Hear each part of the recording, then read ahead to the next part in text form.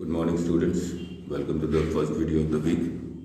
We'll be revising the chapter The Lost Child, written by Mulpraj Anand.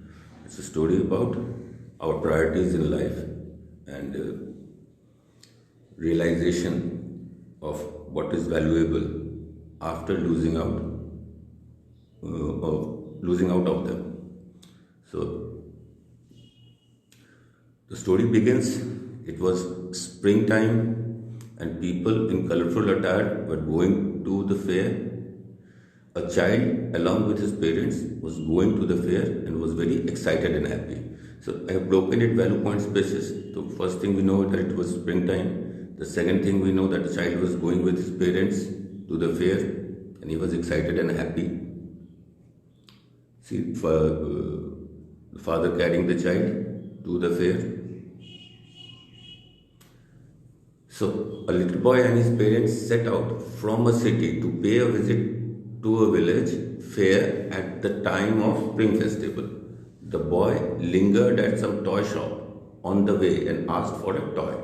The father refused by a look and the mother took his hand and diverted his attention. A beautiful mustard field with yellow flowers reflecting golden lights charmed the boy.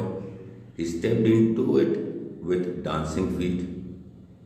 The first thing was the toy shop. Second thing we find out here is the mustard field. You should remember it chronologically. And he is on the way to the fair, not still in the fair. He is on the way.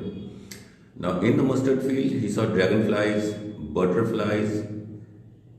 He tried to catch the dragonflies and butterflies hovering over the field. Nor did the insects and the worms on the ground fails to attract his notice. So he also noticed a line of insects and worms.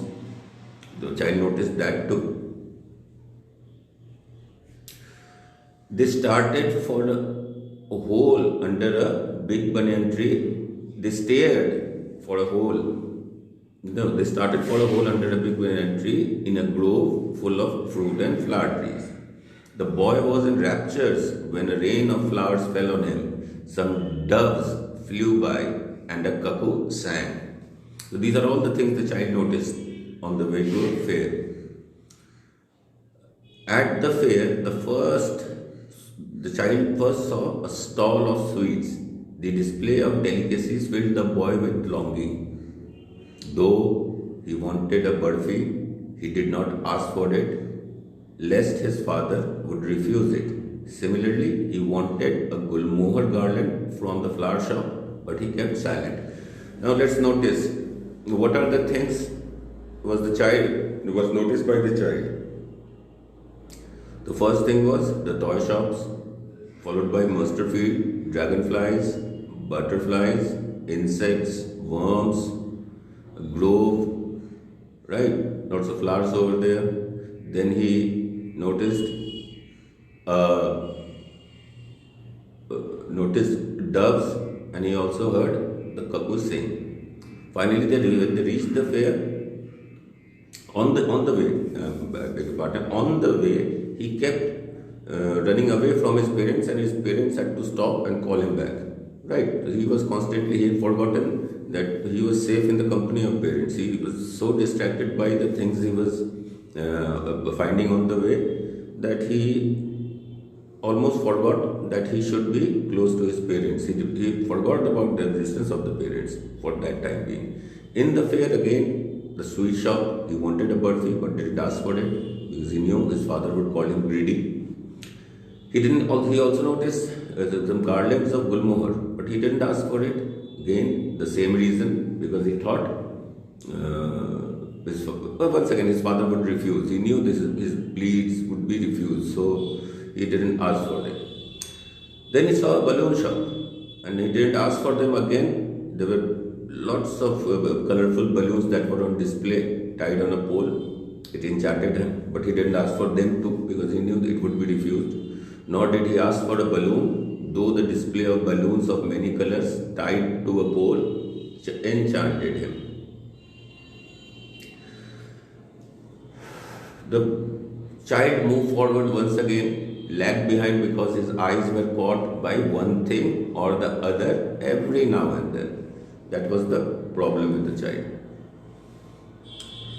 As they moved forward, the child got demurred by the decorative items on the stalls. His mouth watered, seeing sweets decorated with gold and silver leaves. I want Burfi, but he did not wait for his parents' reply, as he knew very well that his parents will never agree to buy Burfi for him. They would say he was greedy, therefore he kept moving. Then he witnessed beautiful garlands, but didn't ask for it. Then he saw balloons, but he knew very well that his parents would say that he was too old to play with balloons, so he walked away. Then he saw a snake charmer, a roundabout swing. You can see the snake charmer on one side, and this is one roundabout, and this is another kind of roundabout that goes round and round and round. So, to get our concepts clear, this is the roundabout the child was talking about. He stopped to ask his parents the permission to enjoy the swing, but to his utter surprise, there was no reply. Neither his father nor his mother was there. Now the child realized that he was lost. He ran here and there, but with no fruitful result. He ran here and there, but the places was too overcrowded. He got terrified. Suddenly a kind-hearted man took him up in his arms and tried to console him. He asked him if he would like to have a joyride, but the child sobbed, I want my father, I want my mother. The man offered him sweets, balloons and garlands, but the child kept on sobbing, I want my father, I want my mother. Now let's break it into value points and see how it could be presented. Then he walked on to where a snake charmer was playing on his flute to a snake. He liked the music but did not stay there, as his parents would consider it to be coarse. He saw a roundabout. An overwhelming desire rose in him to be on it.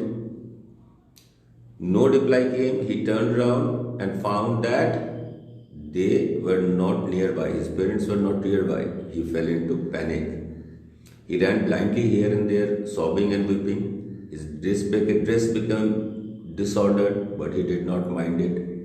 After a few minutes, he stopped. He carefully looked in all directions through his tears.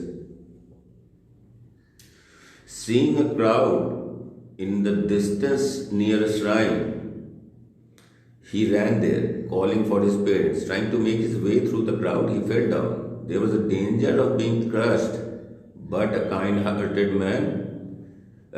man heard his cries and lifted him up. The boy could only tell him that he wanted his parents. In order to console the boy, the man took him to the roundabout. The snake charmer, the dealer in balloons, the flower shop and the sweet stall. Though the boy had been attracted by all these earlier, he now did not care for them. The only words that came from his mouth were that he wanted his parents. So this is the end of the story. Now, what are the important things to remember? The moral of the story. Final thing, it may be asked, what do you think would have happened probably after the story ended? Could the child reach his home? Since we know the man that rescued the child was a kind-hearted person, so there is every possibility that he would have done everything to rescue the child. See, child was not utterly a child who couldn't tell about his name of his village or name of his parents.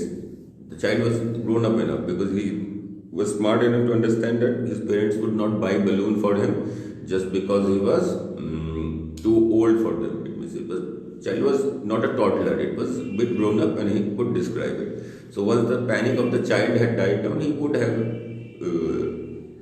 told about his details and whereabouts. Furthermore, the parents of the child would also be looking for him, and they could make an announcement in the fair about a child being with a man, or they could find other villagers, because many villagers from the child's village would also have gathered over there. Somebody would have recognized the child and would have taken him back. So this will be all for this video. We will meet again with my next video. Till then, all of you take care and stay safe.